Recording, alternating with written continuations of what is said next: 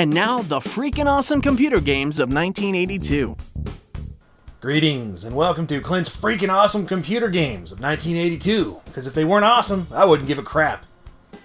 First up is Deadline, an Infocom text adventure that was not only their first mystery game, but also the first to come with feelies. You also had The Hobbit, of course based on J.R.R. Tolkien's classic novel, in which you play the Hobbit, doing Hobbit things. There's also Fort Apocalypse, a 4-way arcade scrolling shooter that's not Choplifter.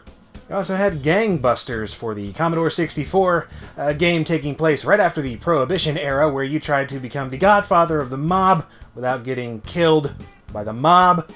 And finally we have Paratrooper, a game where you play a phallic object trying to shoot down paratroopers before they come down and kill you to death. And that's all of my freaking awesome computer games of 1982, and of course there's always plenty to choose from every year, but it's nice to know where to start.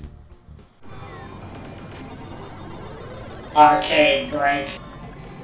Sinistar was a really cool open space shooter where you had any direction you could fly, you had enemy ships, you had boulders you could knock into, you had radar, but it's known for the boss of each stage, the Sinistar, and holy hell was that thing scary. Oh my God, Sinistar? That game scared the shit out of me. I would have, can I say shit on your program? Sinistar was actually one of those games that always impressed me. I sucked at it, and it was because that floating head thing. When you start the game, he's being built, so unless you know how the game is, you're just like playing this game, shooting dudes, flying around, you think, well, this is asteroids. And then just this terrifying voice comes on. Beware, I live. And I don't know what it was, but the audio level on Sinistar was so loud that across the arcade, all you could hear was Sinistar yelling, Beware, I live. What the? Run, coward.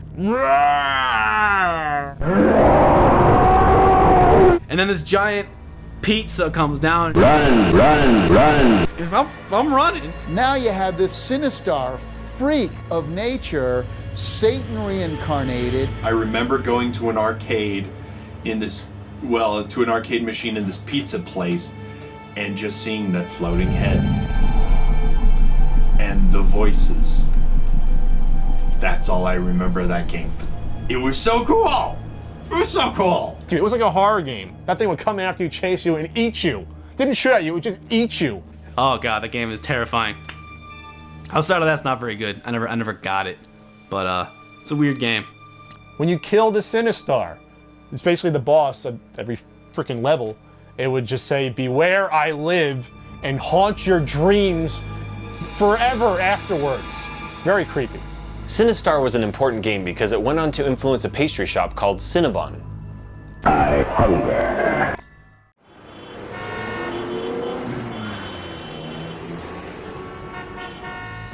1982 introduced the very first dedicated video game magazine. Nerds rejoice. In the late 70s, early 80s, Arnie Katz and Bill Kunkel started doing a column called Arcade Alley, and it was in a magazine called Video. And basically, this was like the first, regularly published column covering video games. Video games were becoming a real medium for which to have a critical eye. They started Electronic Games Magazine, the first monthly magazine devoted to the subject of video games. It paved the way for everything leading up till, the height of gaming magazines, to the fall of gaming magazines, to internet journalism today. These are guys who had to invent the concept of the preview, the review, scoring video games. That magazine continued until '94, but survived the crash. The word Easter egg, they had to come up with that sort of thing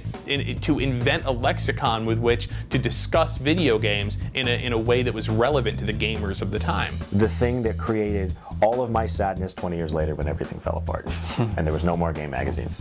Nope. Sad. Electronic Games Magazine, the birth of that, hugely important and very, very influential, lasting effects even today. Arcade break. Mr. Do is pretty cool.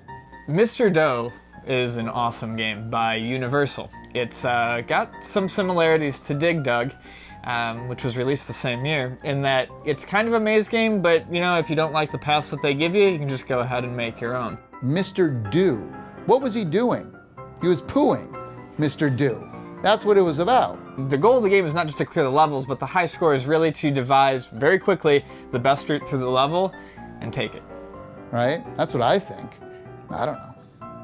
What makes Mr. Do fun is the clown can actually throw a ball, and the ball will bounce along the paths that you've created, which means that you can create little strategies for attacking enemies. So you're digging tunnels and picking up food and trying to crush enemies and get the high score and progress through the levels. And that pretty much sums up Dig Dug. I'm supposed to be talking about Mr. Do? Oh. And that pretty much sums up Mr. Do.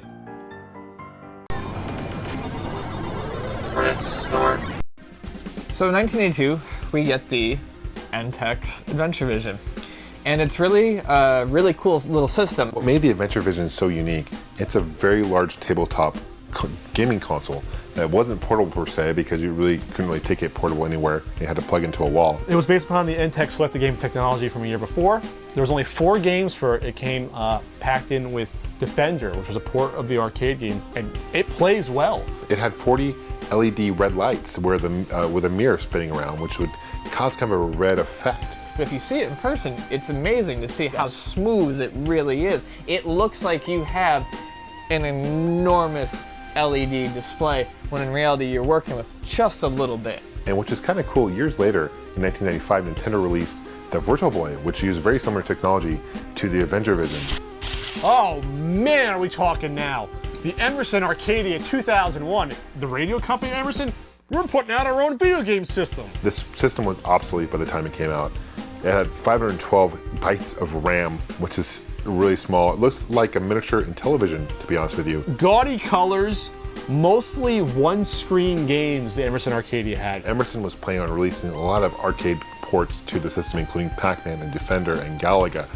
Atari was suing companies doing this. They had a few clones. They had Breakaway, which was a Breakout clone. They had a Berserk clone. They had a Defender clone. And they couldn't get third-party support. So because of that, the Arcadia 2001 didn't do very well at all. Emerson, stick to radios, please.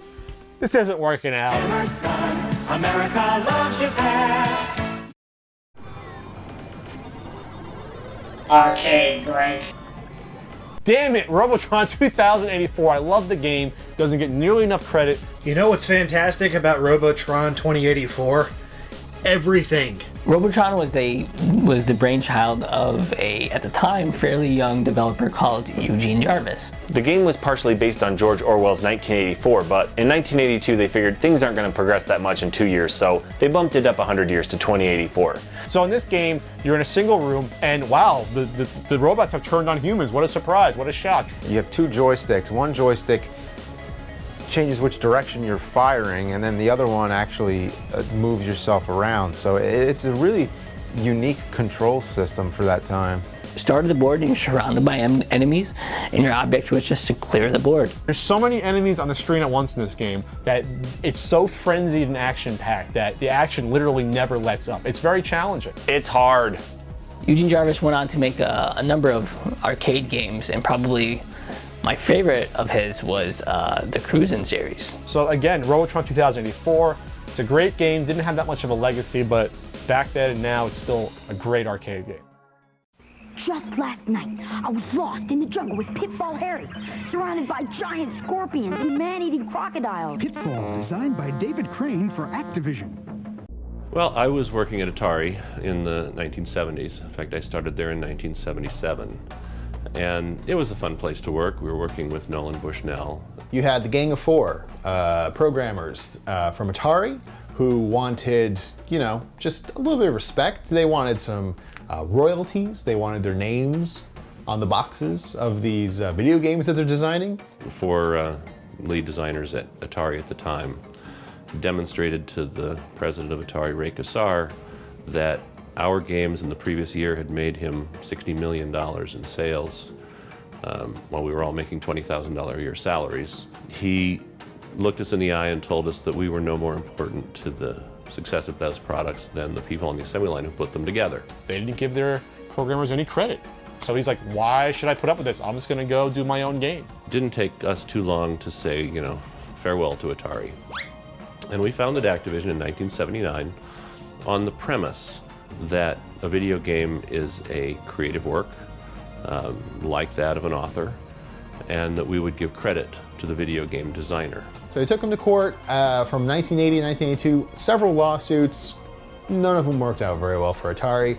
In the end, Activision, free and clear, becomes the first third-party video game publisher, becomes really successful at it. And so now they're making games for Atari. And Atari goes, you can't do that. And the court said, yes, they can. If you follow these rules, you can do it. The Gang of Four leaves, forms Activision, start pumping out some really great games. And 1982 is when Pitfall comes out. Pitfall was a game that came about largely because I wanted to see a human figure as the main figure in a game. It's one of those few Atari games at the time where it's not single screen, it's not a stupid space shooter like 1,000 others, and you're traveling on an adventure, but it's Pitfall. Took a sheet of paper, drew a little stick figure, and said, there's my little running man, now what's he doing? Well, he's running, he has to be running on something, so I drew 2 lines that made a path. The path has to be somewhere, so I drew the trees, and all of a sudden it became a jungle. In it, you are simply Pitfall Harry, and you swing on vines, jump on alligators' heads, and traverse underground caverns, dodging scorpions, while you try to find a bunch of different treasures. When you'd swing on ropes in Pitfall, it would make a synthesized Tarzan yell like it did in Jungle King, but I'll bet you they didn't get sued like Taito did. And along the way, it was pretty clear this was going to be something. I could put this world in a jungle, I could put this character in a city, I could, as long as he's run, jumping, and climbing on a side view screen, it could go anywhere in the world. And turned out to be a pretty popular genre. I think there were 1,000 platform games made after Pitfall. That opens the floodgates for, third parties on consoles. So, hey, Activision, you guys are pretty darn good.